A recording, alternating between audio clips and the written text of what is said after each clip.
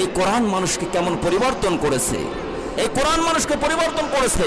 এই পৃথিবীতে একটি মাত্র আদর্শ, একটি মাত্র কিতাব বিনা রক্তপাতে বিপ্লব সাধিত হয়েছে, বিপ্লব সাধন করেছে।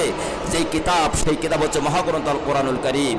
সুদীর্ঘ হিলফুল ফুজুল থেকে, রাসূল সাল্লাল্লাহু আলাইহি ওয়াসাল্লামের হিলফুল ফুজুল থেকে নবুয়ত পাওয়া পর্যন্ত 23 বছর, এবং নবুয়তের পর রাসূল সাল্লাল্লাহু আলাইহি ওয়াসাল্লাম ওফাত পর্যন্ত আর 23 বছর। এই নবুয়তের আগের 23, নবুয়তের পরের 23, আপনি একটু চুলচেরা বিশ্লেষণ করেন, দেখেন অল্প সময়ের মধ্যে আল্লাহর নবী কত সুন্দর কথা বলেছেন। নবুয়ত পাওয়ার আগে একটা মানুষের ভিতরে পরিবর্তন হয়নি, কিন্তু আল্লাহ রাসূল সাল্লাল্লাহু আলাইহি ওয়াসাল্লাম যখন কোরআন পেলেন, আর আল্লাহ রাব্বুল আলামিন বলেন ফাযাক্কির বিল কোরআন মান ইয়াখাফু ঈদ, নসিহত করেন, ওয়াজ করেন আল্লাহর কোরআন দিয়ে, মানুষকে বোঝান আল্লাহর কোরআন দিয়ে, মানুষকে পরিশুদ্ধ করেন, তাজকিয়া করেন আল্লাহর কোরআন দিয়ে। যখন আপনি আল্লাহর কোরআন দিয়ে তাজকিয়া করবেন, ওই ব্যক্তির হৃদয়ের ভিতরে আল্লাহর ভয় ঢুকে দিবেন। কে জোরে বলেন, কে ঢুকে দিবেন? আচ্ছা, আপনারা শুনতেছেন নাকি বাদাম খাচ্ছেন? যেখানে যায় সেখানে বাদাম খাওয়ার মহা হিড়িক পড়ে যায়। খাওয়া খেয়ে বাদ দিবেন, ক্লাস মনে করে আপনারা একটু কথা সাই দিবেন, তাহলে যারা কথা বলবেন তারা সুন্দর করে বোঝাতে সক্ষম হবেন, আপনারাও কিছু অবশিষ্ট কিছু নিয়ে যেতে পারবেন। আর যদি তা না করেন, তাহলে যা যাব যা, তা যাব তাই কিন্তু হয়ে যাবে, কিছুই নিতে পারবেন না, এমনকি মনেও থাকবে না, কারোর সামনে আপনি বলতেও পারবেন না। জোরে বলেন ঠিক না বেঠিক? সম্মানিত ভাইরা, হযরত ওমর ফারুক রাদিয়াল্লাহু তাআলা আনহুর দিকে তাকিয়ে দেখেন। হযরত ওমর ফারুক রাদিয়াল্লাহু তাআলা আনহু এই কোরআনের সংস্পর্শ শেষে তার জীবনটা পরিবর্তন হয়ে গেল।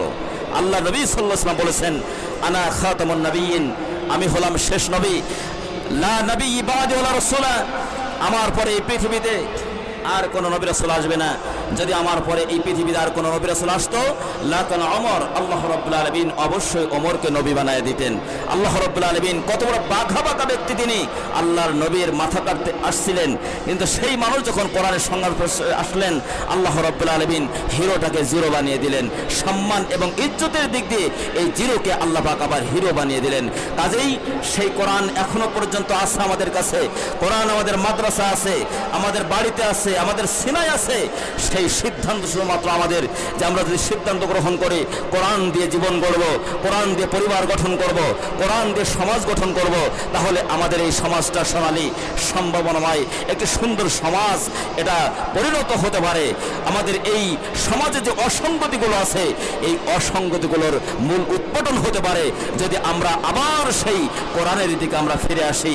মুসলমানের ইজ্জত ছিল, সম্মান ছিল, মুসলমান আবার সেই ইজ্জত নিয়ে এই পৃথিবীতে সুপার পাওয়ারে চলে যাবে। এই জন্য অনুরোধ করছি, আপনাদের কাছে রিকোয়েস্ট করছি, উস্তাদ চলে আসছেন, আপনাদের কাছে শেষ অনুরোধ হচ্ছে সিদ্ধান্ত গ্রহণ করুন। যারা কোরআন পড়তে জানেন না, কোরআন পড়ার সিদ্ধান্ত গ্রহণ করেন, বাচ্চাদেরকে কোরআন শেখার ব্যাপারে উদ্বুদ্ধ করেন, মাদ্রাসায় ভর্তি করে দেন।